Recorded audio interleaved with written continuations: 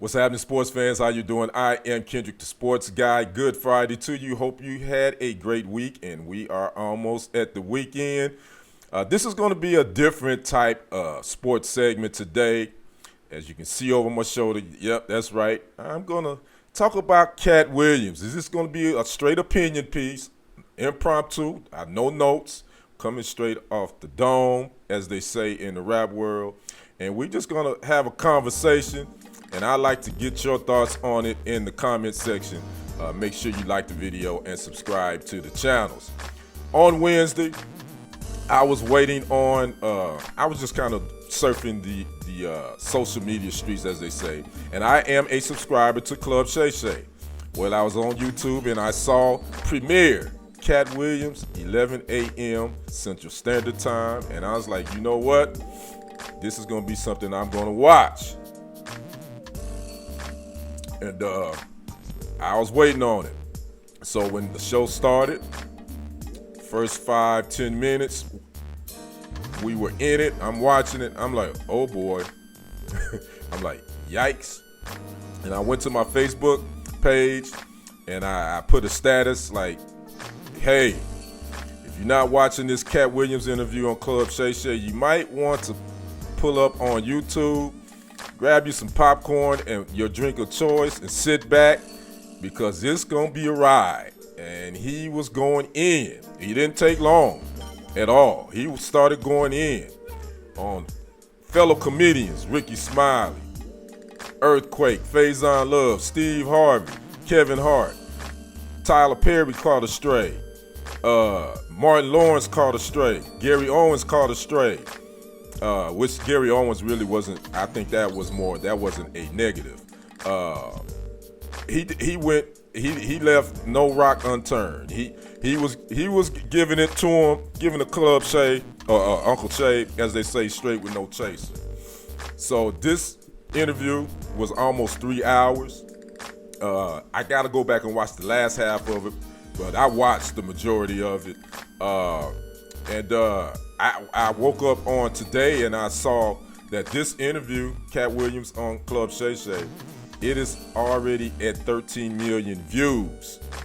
And this dropped on Wednesday. So believe me, this thing right here is still rising. This interview, I'm gonna say, is probably gonna be in one of the top interviews of 2024, and we are only, 5 days deep into the new year. So my thoughts on this, again, this is my opinion. I've been kind of reading comments. There's been a lot of people talking about this everywhere. And you know, I've been reading a lot of people giving their thoughts on this. And I wanted to come at this from a competitive angle, from the sports angle, because I think sometimes we forget comedy is competition. You know, I know the comedians, a lot of them are cool with each other, but at the end of the day, it's a sport. It's competitive. Somebody wants to be number one. I get that. And Katt Williams, and by the way, he has 11 comedy specials, if you didn't know. He's been in the game since the early 90s. And he doesn't do a lot of interviews. We all know that he stays in the news a lot for extracurricular activities, but when you talk about his stage presence, his comedic presence, he's one of the top cats in the game. Now, a lot of the things, the things he was going at these comedians, I'm not here to say if he's telling the truth or if he's not, because at the end of the day, court of public opinion, I've been reading comments. Most of the people are rocking with what Katt says. They believe everything he said in this interview. I'm not here to try to punch holes in his stories or not, because at the end of the day, we on the sidelines. We're not in Hollywood. We don't know what's went on behind the scenes with Katt and his relationships with these comedians he called out. Ricky Smiley, for one. Like I said the entertainer. He called them all out. So, and they have responded. Kevin Hart, said the entertainer, Ricky Smiley, I listened to his response. Even Ludacris has responded with a freestyle. But I'm not here to say who's telling the truth and who's not, because I always say there's always three sides to a story. There's his side, her side, or his side, and then the truth falls somewhere in the middle. But Katt was speaking from his perspective. That's not debatable. It's not arguable. You can't argue. That's his perspective. Now, to say if his perspective is the truth, I'm not going to go all the way in and say it is. But it is his perspective, and I get it, and I respect that. So those that rock with Katt gonna rock with him, and 90% of the commenters are rocking with him, and that's cool too. But from the sports perspective, I gotta give props to Katt. I think he sat on the sideline. He went into his office, drew up his playbooks. You know, in sports, in football, and whatever, you got your plays, you got your X's and O's.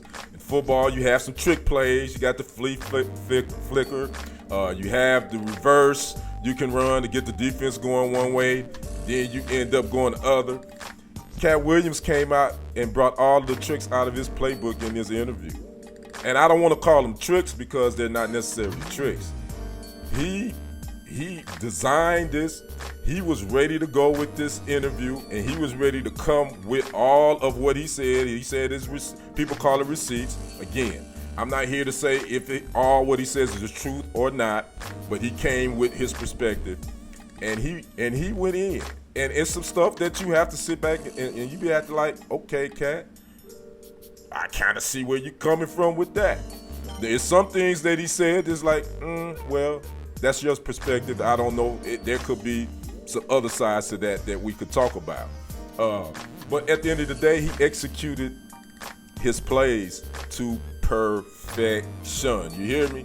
He executed it to perfection. He got people, again, responding. Some people, I read some comments where people said, well, it must be the truth because everybody's responding. Well, my thing is this.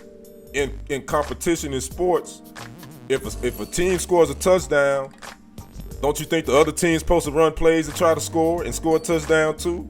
So, of course, they're going to respond. But the thing about this is, I think a lot of people looked at it as those people were either, in my opinion, they were either damned if they didn't or damned if they do. And I'm talking about Ricky Smiley, Sid the Entertainer, Steve Harvey, Kevin Hart, Faison Love, all of them. If they didn't respond, people are going to still say he was telling the truth. And if they did, they're going to be like, oh, yeah, a hit dog or holler. That's one of the big ones I've seen in the comments. A hit dog or holler, which means that if something hits home, then it must be true. So, again, you're damned if you do, damned if you don't, if you're on the other end. But from a competitive side, from sports side, of course you're supposed to respond. If a team go down the field, 10 plays, 75-yard drive in 4 minutes, what the opposing team's supposed to do? They supposed to get the ball. They supposed to go down the field and score again and respond. So that's my response to that response. But I would say this, Katt Williams, and I think he's a great comedian. I did have an issue with Katt back in 2011. We had some tickets to go see him. He was a headliner in Dallas, Texas at the Majestic Theater. I want to say that was 2011. I believe it was. And Katt didn't show up. So you had these thousands of people at the Majestic Theater. We down there for about an hour and a half. The promoter finally came out and said that the show has been canceled. Katt Williams didn't even call. He didn't get on the plane and even come to Dallas. So I felt some type of way about that because as a fan, you know, you don't do your fans like that. But that was during the time I think Katt was wilding out and he was doing some things. But, you know, I wasn't really tripping. But that did leave a bad taste in my mouth about him as at showing up. Now, I still think Katt is one of the funniest cats to ever do it. I mean, I think he's a doggone good actor. If you watch him, he's been on Girlfriends. I've seen him on My Wife and Kids. One of my favorite episodes is when he and Damon Wayans had the dance off. They were high school reunion or whatever. And I think Katt is a brilliant comedian. And I think you saw his brilliance in this interview with Shannon Sharpe. But from the sports perspective, my opinion is Katt Williams. If I was building a comedic team and for a game, Katt would be my point guard. He would be my starting point guard. He would be my starting quarterback. He would be my leadoff hitter in baseball because he did his thing. I'd like to know your thoughts on it. Drop a comment, like the video. I'm out. Peace.